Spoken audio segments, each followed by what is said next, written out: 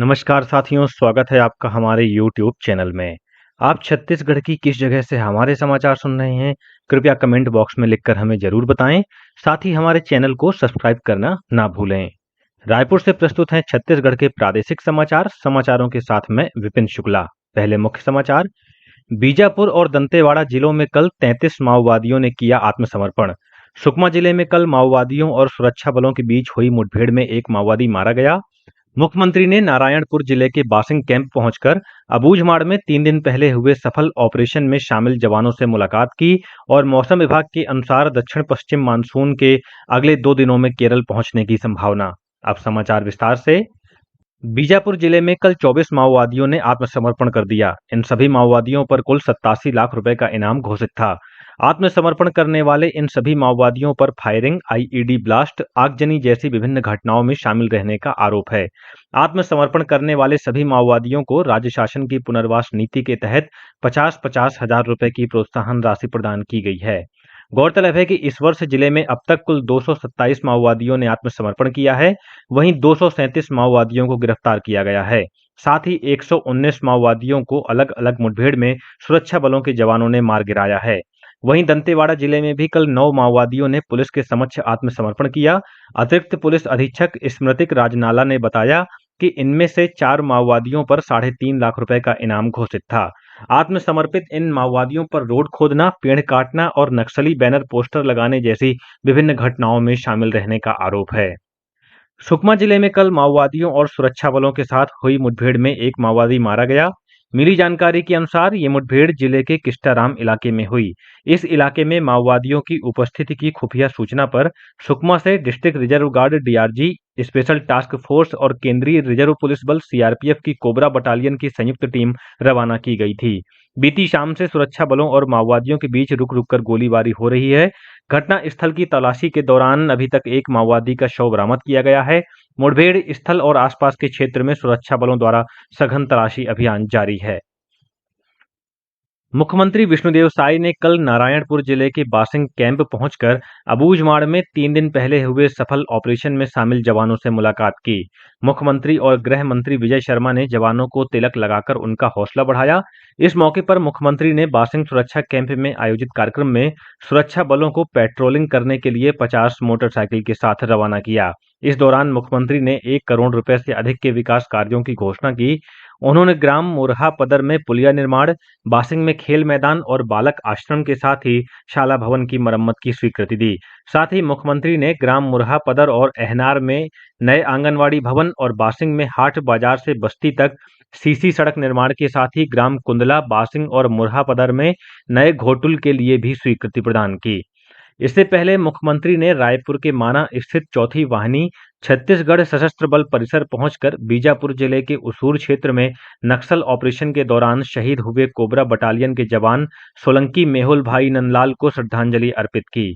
उन्होंने शहीद जवान के पार्थिव शरीर को कंधा देकर उनके गृह ग्राम के लिए रवाना किया। मुख्यमंत्री ने कहा कि पिछले 1 वर्ष से नक्सल विरोधी अभियान तेज हुआ है और हमारे जवानों ने नक्सलवाद से डटकर मुकाबला कर बड़ी सफलताएं हासिल की हैं। उन्होंने कहा कि मार्च 2026 तक नक्सलवाद के समूल नाश का हम अपना संकल्प पूरा करेंगे। इस अवसर पर गृह मंत्री विजय शर्मा, विधायक मोतीलाल साहू, पुरंदर मिश्रा और पुलिस महानिदेशक अरुण देव गौतम उपस्थित थे।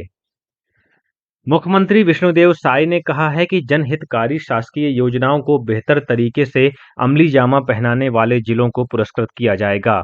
मुख्यमंत्री ने यह बात सुशासन तिहार के अंतर्गत अंबिकापुर में सरगुजा, बलरामपुर, रामानुजगंज और जशपुर जिलों में योजनाओं के क्रियान्वयन की समीक्षा करते हुए कही। मुख्यमंत्री ने तीनों जिलों के कलेक्टरों, पुलिस अधीक्षकों और अन्य अधिकारियों से कहा कि वे जनता के सेवक हैं। उनकी जिम्मेदारी है कि समस्याओं का समयबद्ध तरीके से समाधान सुनिश्चित करें। उन्होंने अधिकारियों को निर्देशित किया कि वे नियमित रूप से फील्ड का दौरा करें। उन्होंने कहा कि राजस्व से संबंधित प्रकरणों का समय सीमा में निराकरण सुनिश्चित किया जाए। साथ ही अवैध रेत खनन के मामलों में कड़ी कार्रवाई की जाए। केंद्र सरकार ने सड़क दुर्घटना में घायल होने वाले पीड़ितों के लिए नकदी रहित उपचार योजना शुरू की है। इस संबंध में प्रदेश के स्वास्थ्य मंत्री श्याम बिहारी जायसवाल ने कहा है कि इस योजना के तहत सड़क दुर्घटना होने पर पीड़ितों को नकदी रहित यानी कि कैशलेस मुफ्त उपचार की सुविधा दी जाएगी। इसमें किसी भी पीड़ित परिवार को 7 दिन की अवधि के लिए आयुष्मान स्वास्थ्य योजना से संबद्ध हॉस्पिटल में 1.5 लाख रुपए तक का इलाज मुफ्त मिलेगा। श्री जायसवाल ने बताया कि यह निःशुल्क इलाज प्रत्येक व्यक्ति के लिए 1.5 लाख रुपए तक होगा। इसमें वे सभी हॉस्पिटल शामिल होंगे जिन्हें आयुष्मान योजना के तहत शामिल किया गया है। निर्वाचन आयोग ने मतदाताओं की सुविधा बढ़ाने के उद्देश्य से किए गए विभिन्न उपायों के अनुरूप मतदान केंद्रों के ठीक बाहर मतदाताओं के लिए मोबाइल जमा करने की सुविधा शुरू की है।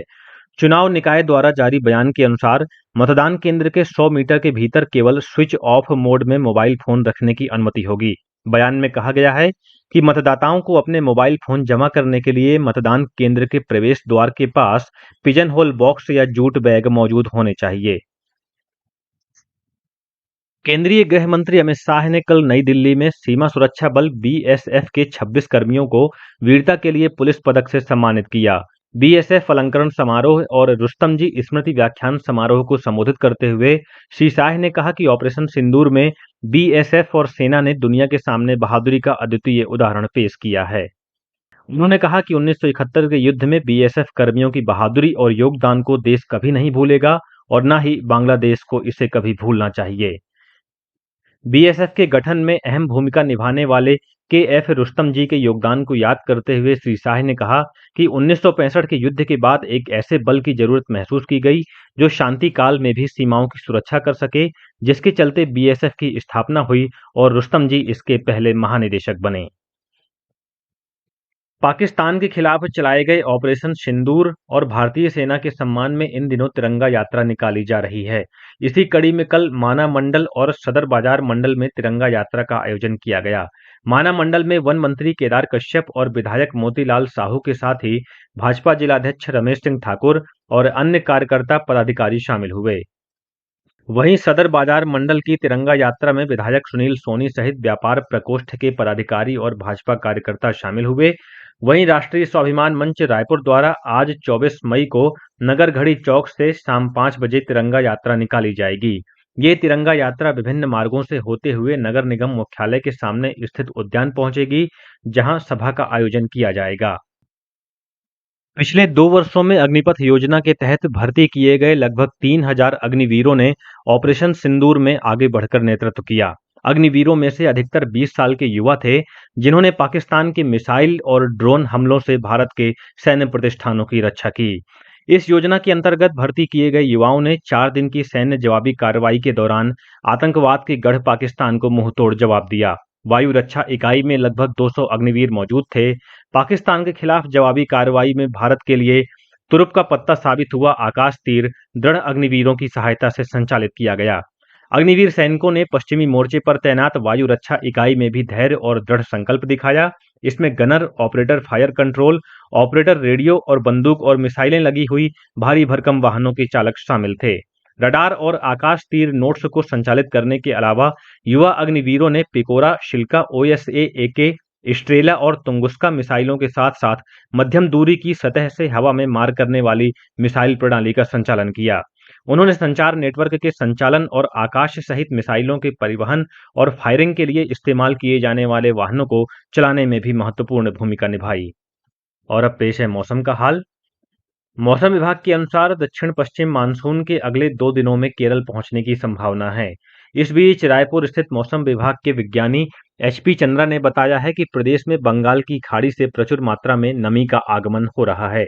इसके असर से प्रदेश में आज 24 मई को कुछ स्थानों पर हल्की से मध्यम वर्षा होने अथवा गरज चमक के साथ छींटे पड़ने की संभावना है।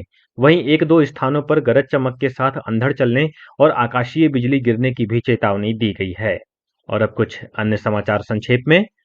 महासमुंद पुलिस ने साइबर ठगी में उपयोग करने के लिए खोले गए म्यूल खाते के मामले में 3 आरोपियों को गिरफ्तार किया है। पुलिस ने बताया कि इन खातों से 1.5 करोड़ रुपए का लेन देन किया गया है। गौरेला पेंड्रा से गुजरने वाले भारी वाहनों का प्रवेश अब सुबह 6 बजे से रात 11 बजे तक प्रतिबंधित रहेगा। मुंगेली पुलिस ने ब्राउन शुगर और अफीम के साथ 4 तस्करों को गिरफ्तार किया है। इनके पास से 3 मोबाइल और 2 मोटरसाइकिल सहित कुल 3.5 लाख रुपए से अधिक का सामान जब्त किया गया है। जांजगीर चांपा पुलिस ने चोरी के मामले में आरक्षक सहित 8 आरोपियों को गिरफ्तार किया है। कबीरधाम पुलिस ने 2 व्यक्तियों को नशीला सॉल्यूशन बेचते हुए गिरफ्तार किया है और सरगुजा जिले के अंबिकापुर बस स्टैंड से हाथी दांत की तस्करी कर रहे 2 तस्करों को वन विभाग की संयुक्त टीम ने गिरफ्तार किया है। आरोपियों के पास से कुल 4 किलो 660 ग्राम हाथी दांत बरामद किया गया है। इसी के साथ छत्तीसगढ़ के समाचारों का ये बुलेटिन समाप्त हुआ। नमस्कार।